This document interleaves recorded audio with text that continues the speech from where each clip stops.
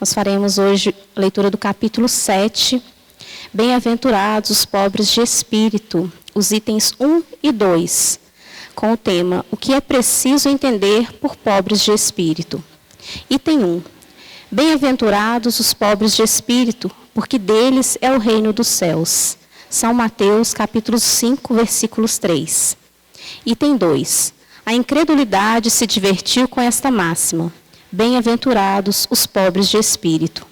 Como com outras coisas, sem a compreender. Por pobres de espírito, Jesus não entende os homens desprovidos de inteligência, mas os humildes.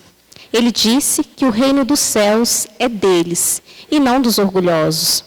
Os homens de ciência e de espírito, segundo o mundo, têm geralmente tão alta consideração de si mesmos e de sua superioridade, que olham as coisas divinas como indignas de sua atenção. Seus olhares concentrados sobre sua pessoa não podem se elevar até Deus. Essa tendência a se crer, acima de tudo, não os leva, senão, muito frequentemente, a negar o que, estando-lhes acima, poderia rebaixá-los e a negar mesmo a divindade, ou, se consentem em admiti-la, contestam-lhe um dos seus mais belos atributos, sua ação providencial sobre as coisas deste mundo, persuadidos de que só eles bastam para bem governá-lo. Tomando sua inteligência por medida da inteligência universal e se julgando aptos a tudo compreender, não podem crer na possibilidade daquilo que não compreendem, quando pronunciarem seu julgamento, tendo por inapelável. Se recusam a admitir o mundo invisível, um poder extra-humano, não é, entretanto, porque isso esteja acima de sua capacidade, mas porque seu orgulho se revolta com a ideia de uma coisa acima da qual não podem se colocar, e que os faria descer de seu pedestal. Por isso, eles não têm senão sorrisos de desdém por tudo que não é do mundo visível e tangível. Eles se atribuem muito de espírito e de ciência para crerem nessas coisas, segundo eles, boas para as pessoas simples, tendo aqueles que as levam a sério por pobres de espírito. Entretanto, o que quer que digam, lhes será preciso entrar, como os outros, nesse mundo invisível que ridicularizam, quando seus olhos serão abertos e reconhecerão seu erro. Mas Deus, que é justo, não pode receber na mesma categoria aquele que menosprezou seu poder e aquele que se submeteu humildemente às suas leis, nem os igualar. Em dizendo que o reino dos céus é para os simples, Jesus quer dizer que ninguém é nele admitido sem a simplicidade de coração e humildade de espírito. Que o ignorante que possui essas qualidades será preferido ao sábio que crê mais em si que em Deus. Em todas as circunstâncias, ele coloca a humildade no plano das virtudes que nos aproximam de Deus e o orgulho entre os vícios que nos distanciam dele. E isso por uma razão muito natural, de vez que a humildade é um ato de submissão a Deus, enquanto que o orgulho é uma revolta contra ele. Mais vale, pois, para a felicidade do homem, ser pobre em espírito no sentido do mundo e rico em qualidades morais. E conosco aqui hoje, para facilitar, também nos auxiliar na reflexão do estudo, a nossa querida amiga Shirley Milagre, a vocês aqui presentes, aos que nos acompanham pelas redes sociais, eu desejo bons estudos, boas reflexões. Boa noite, tudo bem, gente? É uma alegria, né, estar aqui com vocês no dia de hoje para estudar o Evangelho, né? E esse capítulo é muito interessante porque traz para a gente uma reflexão até um pouco difícil. Primeiro, quando a gente pensa nessa palavra de Jesus, bem-aventurados, né? Qual o sentido dessa palavra, bem-aventurados, né? A gente poderia dar alguns sinônimos, felizes, né? Aqueles, né? A gente poderia dizer realizados, para substituir, bem-aventurados, né? Realizados aqueles. E o interessante, pobres de espírito. A gente tem sempre a impressão que pobre de espírito seriam os ignorantes, aqueles que desconhecem as causas e os efeitos a respeito de tudo o que acontece no mundo, né? Seja no plano da ciência física, seja do plano da psicologia, do comportamento, da sociologia, das relações humanas. Então, muitas vezes a gente entende que pobres de espírito seria aquele que não tem conhecimento, né? E, na verdade, o que o Evangelho, segundo o Espiritismo, vem ressaltar aqui, é que Jesus quis nomear pobres de espírito aqueles que não se vangloriam do que sabem ou do que são. Então, na verdade, não é bem pela falta de conhecimentos, mas pela humildade. Aquelas criaturas que se dizem humildes, e nós nos colocamos, dentro desse grupo, quando a gente diz, não, eu estou trabalhando a minha humildade e eu sou uma pessoa humilde. Ser uma pessoa humilde é algo extraordinariamente difícil. Mas por que é difícil? É só não querer aparecer. É só ficar no final da fila. É só dar preferência aos outros. E não é bem assim. Para nós trabalharmos a humildade, uma das coisas especialmente importantes é combater o orgulho. E o orgulho muitas vezes nasce da nossa dificuldade em nos conhecermos a nós mesmos, da dificuldade que a gente tem de enxergar quem nós somos, enxergar quais as conquistas que nós já conseguimos fazer na nossa alma e quais os limites, as dificuldades que o nosso espírito enfrenta. Então, para que eu consiga ter humildade, a primeira coisa que eu preciso trabalhar em mim mesmo é a autoestima. E a autoestima é você saber dar o devido valor a você e reconhecer no seu próximo o seu devido valor. Quando eu tenho uma boa estima de mim mesmo, é quando eu consigo enxergar isto.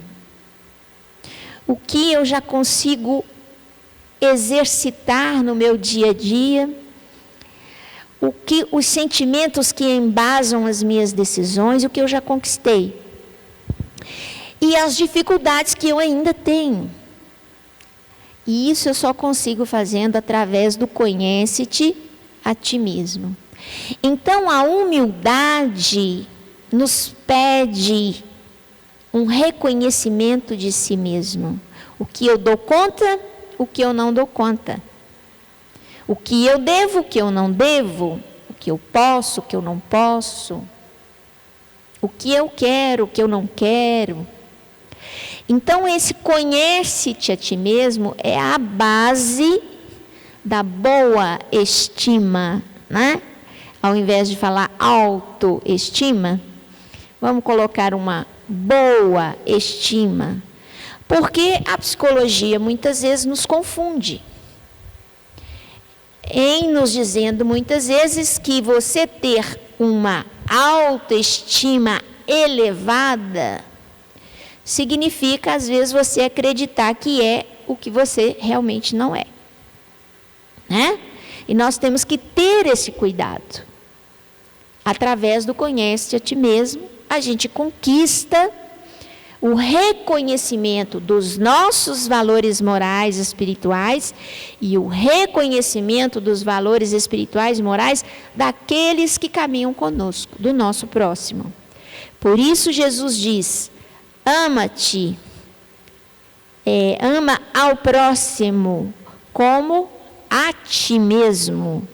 Então, reconheça o valor do outro como você reconhece o valor em si mesmo. E toda criatura que tem uma boa estima, ela não precisa se vangloriar, ela não busca aplausos, reconhecimentos, ela não quer criar expectativas, ela quer apenas cumprir o seu papel, o papel que lhe cabe, o que ela consegue contribuir naquele momento e naquela circunstância. E a criatura que reconhece os seus limites e os seus valores, ela contribui, sem necessitar de holofotes, de reconhecimento, de agradecimento. E isso é o exercício do amor. O exercício do amor em que você não espera nada em troca. É o amor incondicional. Ele nasce do reconhecimento do seu papel no universo. Isso envolve você entender que é filho de Deus, da inteligência suprema, causa primária de todas as coisas, e que esta inteligência suprema, a fonte de tudo, que é onipresente, onisciente, ela atua através da providência divina nas coisas mínimas que acontecem no dia a dia, em favor do nosso desenvolvimento, do nosso progresso. Então, Jesus, quando ele se refere a pobres de espírito, ele não fala que a pessoa, para estar em conexão com o Criador, tenha que ser ignorante de conhecimentos. Não, porque o conhecimento é uma ferramenta extremamente poderosa para fazer o progresso espiritual de todos nós. Não é à toa que no Livro dos Espíritos, nas obras espíritas de Kardec, a gente vai encontrar lá referências que se diz que o espírita, o verdadeiro espírita, é aquele que nunca para de estudar, de tomar conhecimento. Mas por que tomar o conhecimento? O conhecimento é uma ferramenta de progresso, mas ele também pode ser uma ferramenta de queda da criatura humana. Assim como a riqueza, o dinheiro, ele pode produzir o progresso, o desenvolvimento, mas ele também pode produzir a queda moral da criatura. É uma prova extremamente difícil. Quanto mais dinheiro você tem, maior é o risco que você corre de cometer erros, de estacionar, de não progredir, de não caminhar. E quanto mais conhecimento você tem, corre-se o risco de você exercer poder sobre as coisas. O conhecimento, muitas vezes, atrai para você capacidade de controle, E essa capacidade de controle, que é o dito exercício do poder, ele pode ser utilizado para o progresso e o desenvolvimento da criatura, daqueles que a cercam, como também pode ser, de fato, um motivo de queda moral, e de grande perdição da alma. Muitas criaturas que têm conhecimento, elas utilizam do conhecimento para alimentar e estimular a soberba, né?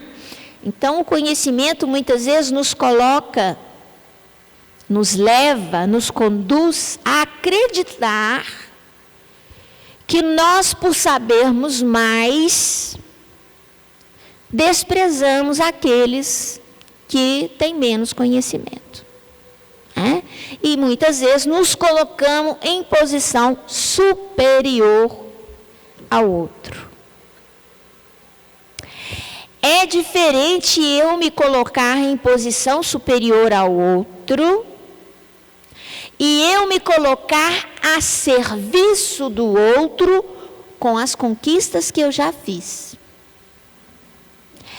Se eu tenho um conhecimento, uma habilidade que o companheiro, companheira, seja de trabalho, da família, do transeunte da rua, ainda não conquistou, isso me dá o compromisso e o dever de servir, me utilizando desse conhecimento para servir ao próximo e não para me colocar acima do próximo. E é isso que o Cristo tentou trazer para a gente através da palavra pobre de espírito.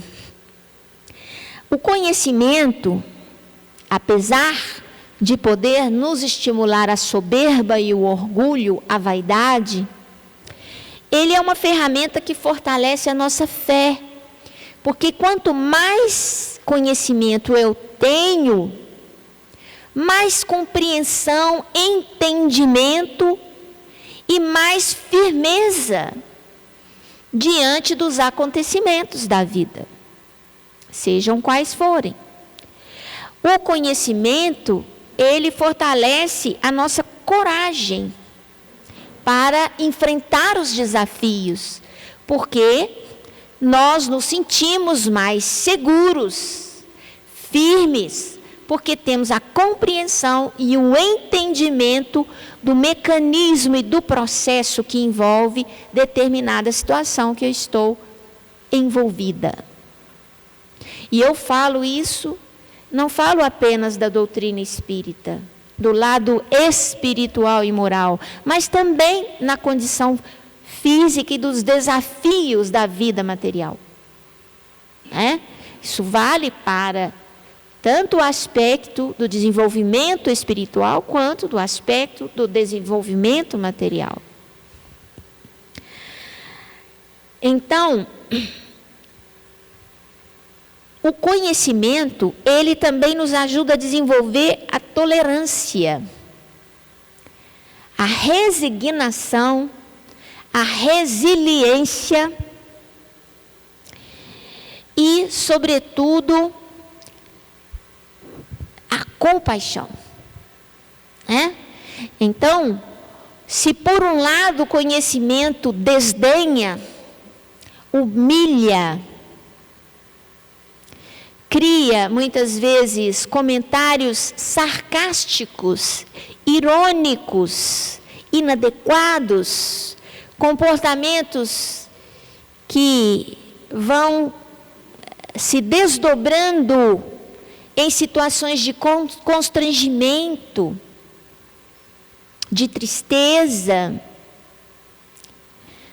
ele pode, por outro lado, o conhecimento pode, por outro lado, nos trazer o entendimento da providência divina, dos mecanismos da lei de causa e efeito, da eternidade da alma. E o conhecimento desses detalhes nos dão instrumentos de pacificar a nossa alma, de nós conseguirmos, inclusive, aguardar os acontecimentos, nos tira a ansiedade, a angústia que nós estamos vivendo hoje, né? Todo mundo hoje não vive o agora, vive o amanhã. Está todo mundo vivendo o amanhã. Principalmente com o acesso que nós temos às informações, através das redes sociais, da internet. Isso agita o nosso espírito. Isso angustia, traz ansiedade. E nós precisamos de instrumentos para lidar com essas situações. E os instrumentos, com certeza, é o conhecimento. O conhecimento é instrumento. Instrumento poderoso para o desenvolvimento espiritual. E é por isso que Jesus fala que quando nós utilizamos do conhecimento para estimular a nossa vaidade, para estimular o nosso orgulho, para estimular a nossa ambição, para alimentar os nossos desejos de toda a natureza, sem que nós tenhamos a lei de amor do amar ao próximo como a si mesmo, como a meta de vida, nós vamos criando um ambiente inadequado. Nós vivemos num ambiente que nos traz sofrimento, angústia, ansiedade, sofrimento moral, e aí estaremos em breve tomando N medicamentos, para controlar a nossa psique, antidepressivos, ansiolíticos e tantas outras coisas. Porque nossos sentimentos estão muitas vezes em desalinho, em discordância com a proposta universal, que não vale só para o planeta Terra. A proposta de amor é uma lei universal e em qualquer plano da vida, em qualquer planeta do universo, ela é a meta a ser alcançada. Hoje nós estamos aí recebendo, já alguns indícios de vida fora do nosso planeta. Vocês já devem ter ouvido falar alguma coisa, porque hoje, com as redes sociais, nada fica encoberto, Então, vocês já devem ter alguma coisa relativa a isso, que alguns indícios de vida, de inteligência fora da Terra, já estão começando a ser percebidos. Evidentemente, que no universo que é conhecido por nós até hoje, com trilhões de estrelas e planetas, seria muita presunção do homem, com o seu conhecimento do universo, entender que apenas a Terra é digna de abrigar inteligência. Então, nós sabemos que a vida se estende pelo universo afora. E à medida que nós progredirmos aqui na Terra, nós teremos a possibilidade de interação com essas inteligências que estão, inclusive, vivendo em outros orbes, em outros planetas, em outros sistemas. Nós vamos caminhando devagar para isso. Precisamos melhorar muito a condição moral daqueles que habitam a Terra, para que nós possamos ter essa interlocução com civilizações mais avançadas, com civilizações que já estão à frente no seu desenvolvimento e que têm ali um amor, um potencial de amor e de ensino muito grande para a gente poder aprender muita coisa.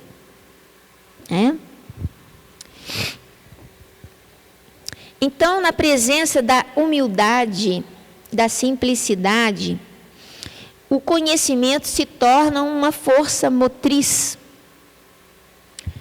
ou seja, um impulso, né? Dá impulso ao progresso da humanidade em todos os sentidos e a unicidade humana. Então, através da humildade, da simplicidade, iremos quebrar muitas barreiras entre nós, povos diferentes que habitam a terra. E quem sabe consigamos interromper esses processos que nós estamos vendo, né, de guerra em vários pontos do nosso planeta, decorrente da ambição, do orgulho, da presunção, que são os vícios morais. Se nós combatermos com determinação, nós estaremos combatendo as guerras, contribuindo para a paz verdadeira. A paz começa dentro da nossa família, quando nós deixamos de entrar em guerra com os nossos pais, com os nossos irmãos, com os nossos filhos, buscando adquirir conhecimento para travar uma troca de ideias, troca de experiências, entendimento de valores, respeito de valores. Então, a partir daí, nós vamos diminuindo os conflitos, porque os conflitos no mundo começam dentro de casa. Porque ali os espíritos são educados para agirem da forma como vão agir quando se tornarem responsáveis por nações, por povos. Não é? Então, a guerra que se vê na humanidade começa dentro de casa, na educação da criança. Nós temos que começar a voltar mais o nosso olhar e o nosso cuidado na educação das almas. Porque nós estamos hoje muito preocupados em dar o conforto material para as crianças. A boa alimentação, a vacinação, né, a vestimenta adequada, a boa escola de ensino, que educação é em casa, a escola ensina, né? Então, muitas vezes nós queremos o melhor, mas esquecemos de dar a parte mais importante, que é a moral, a educação moral. E ela transcende a doutrina espírita. A doutrina espírita, ela facilita aos pais a educação das almas. Facilita o entendimento, instrumentaliza os pais a educarem as crianças no amor, no respeito, em todas as virtudes humanas. Mas não necessariamente a doutrina espírita é a única a fazer isso, nós sabemos. Várias filosofias cristãs também têm essa educação da alma, das crianças. Mas muitas vezes não estão focados nisso, né? Não estão tão focados nisso. Educar a criança é a sementinha que você planta para a humanidade de amanhã, né? Então, o desenvolvimento da humildade, ela nos pede o reconhecimento dos próprios valores, das próprias limitações. A humildade, como diz aqui no texto, é um ato de submissão, né? É um ato de submissão. Submissão não no sentido de você estar fazendo a vontade do outro sem compreendê-la. Submissão no sentido, de fazer a vontade do Pai ou do próximo, entendendo que muitas vezes aquela opção é a melhor opção. Por esses dias tivemos uma reunião no hospital entre médicos, enfermagem e administradores, supervisores, etc., para tratar de um assunto que se referia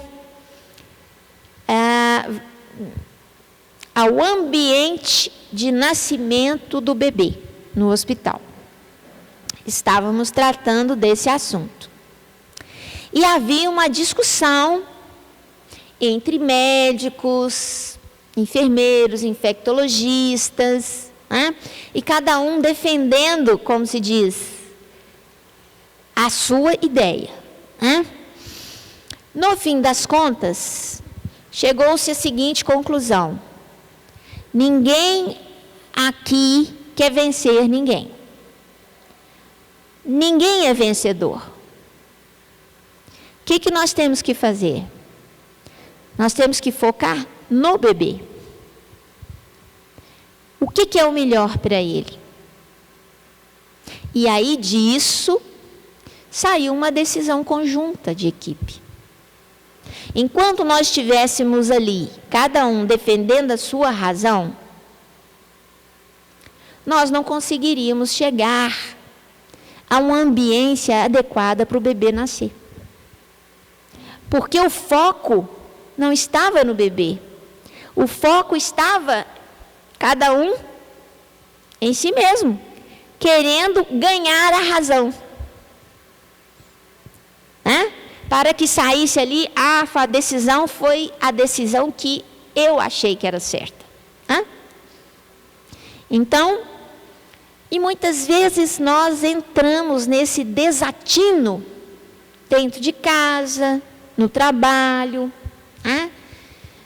E para trabalharmos em equipe, é preciso essa humildade, esta simplicidade, que é muito diferente de ser piegas.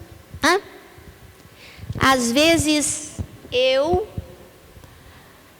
em nome da humildade, eu não me posiciono. E não me posiciono não é porque eu não sou humilde, é porque eu não quero levar críticas. Muitas vezes eu não me posiciono, eu não falo o que eu penso, para que ninguém me constranja. Me dê uma resposta me constrangendo. Então, a minha humildade é uma falsa humildade. Né? Porque, na verdade, eu estou com medo de ferir o meu orgulho.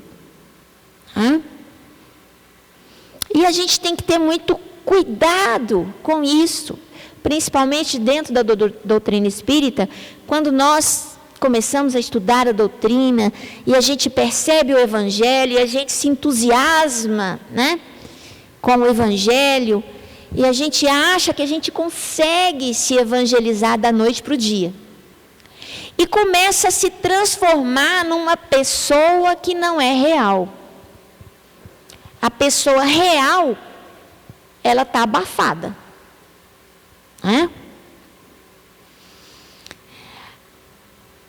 E isso é algo muito difícil, e é por isso que no próprio Evangelho, segundo o Espiritismo, diz: reconhecerás o verdadeiro espírita pela sua transformação moral, pelo esforço que emprega em domar as suas más inclinações. Então, o verdadeiro espírita não é santo. Se já fosse santo, não estaria aqui conosco nessa luta. Estaria num plano maior, talvez num planeta mais evoluído. Porque os espíritos evoluem e muitas vezes eles vão para mundos evoluídos. Não ficam aqui no plano de provas e expiações em que nos encontramos. Então, nós precisamos do conhece-te a ti mesmo de Santo Agostinho. Toda noite ele diz, coloca a cabeça no travesseiro. Antes de dormir, faz uma revisão do seu dia. Olhe lá no seu dia o que foi bom, o que não foi bom. E naquilo que não foi bom, o que você poderia ter feito para ser um pouco melhor? Será que eu poderia ter agido diferente? Será que eu poderia ter dado uma contribuição diferente? Para que no próximo dia você consiga então ser um pouco melhor. Então essa reflexão, ela não é de um dia, não é de 2 dias. Nós estamos aqui há quantas encarnações? Muitas, né? Significando que é um trabalho difícil, é um trabalho longo, mas é um trabalho em que você tem que persistir. Você não pode desistir. Quando você vê, você cai, você tropeça e cai numa coisa que você gostaria já de ter sido forte para permanecer de pé, você não pode, a partir dessa queda, entender que não há solução para você. Eu não consigo, não tem jeito para mim. Eu acho que eu não vou melhorar nunca esse aspecto que eu tenho. Não. Tente de novo, e tente de novo, e tente de novo, e assim por diante. Sabe por quê? O Cristo foi o maior exemplo para nós. Ele insistiu conosco até o fim. Ele não desistiu. E continua insistindo até hoje. Porque ele diz que nenhuma das ovelhas que o Pai confiou a ele se perderia.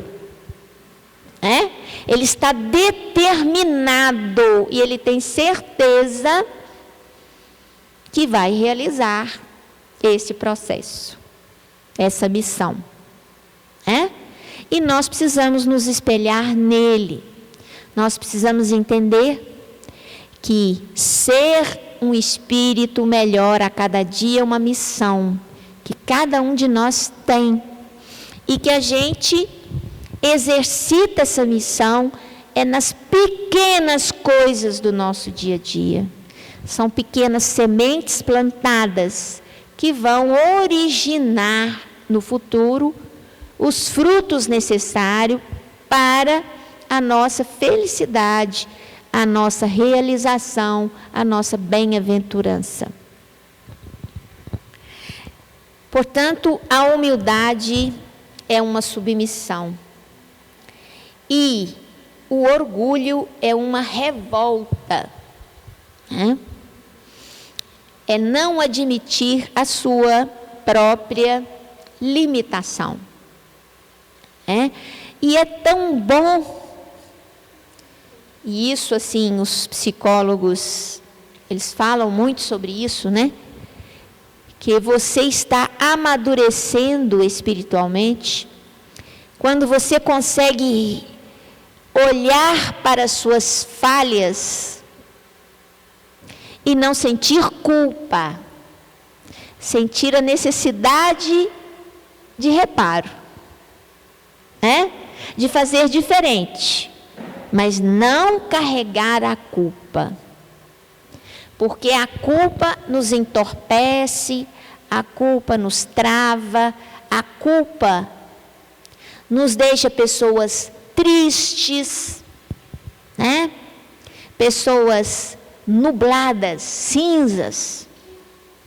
Ao passo que a fé, a coragem e a determinação na mudança nos dá brilho, contagia. E quem está conosco sente esse contágio e sente vontade de caminhar também. Então, nós somos como uma velinha na escuridão. Se existe uma escuridão absoluta, você acende uma vela, o quanto essa vela ilumina. É impressionante, né? E cada um de nós é essa velinha. E a doutrina espírita, ela vem nos trazer a possibilidade de manter essa chama acesa. Porque através do conhecimento, nós podemos instrumentalizar esse conhecimento para o nosso desenvolvimento. Aprender a tolerância, a paciência, a resignação, a empatia, que é se colocar no lugar do outro, na condição espiritual que o outro tem. Porque muitos de nós medimos o outro com a nossa medida. A gente se esquece que o outro é um outro universo. Não dá para você medir as atitudes e o pensamento do outro pelo seu universo. Então, quando a gente avalia o outro, a gente tem que avaliá-lo no contexto de vida, de história, de personalidade, de construção familiar que ele teve e que pode ser muito diferente da sua. Então, você, certamente, no lugar dele, poderia até agir diferente, mas a sua história é diferente, o seu contexto é diferente, e não há como fazer essa medida. E é por isso que Deus tem por nós a misericórdia. O que é a misericórdia divina?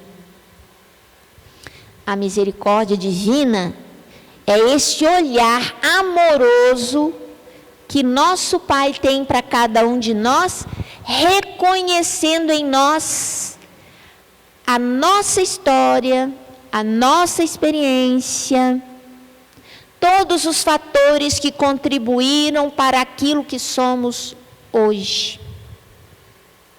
Ele reconhece isso em cada um de nós. E é por isso que Ele nos ama e tem misericórdia com as nossas dificuldades. E é isso que Ele pede de cada um de nós, que tenhamos esse olhar misericordioso para com o nosso próximo, entendendo, observando, respeitando e valorizando-o dentro do contexto e da história que ele construiu até aquele momento. E lembrando que a história não se remonta apenas a essa vida, nós temos uma história de vida de várias vidas anteriores, né? Então, é uma carga de estímulos, de fatores, de influências que sofremos para nos construirmos enquanto almas inteligentes, seres inteligentes da criação, até este momento. Bom, eu quero agradecer a vocês o carinho, o compartilhamento, desse momento de aprendizado, e agradeço a Casa Jesus de Nazaré, pela oportunidade da atividade, do trabalho. Que Deus nos abençoe a todos.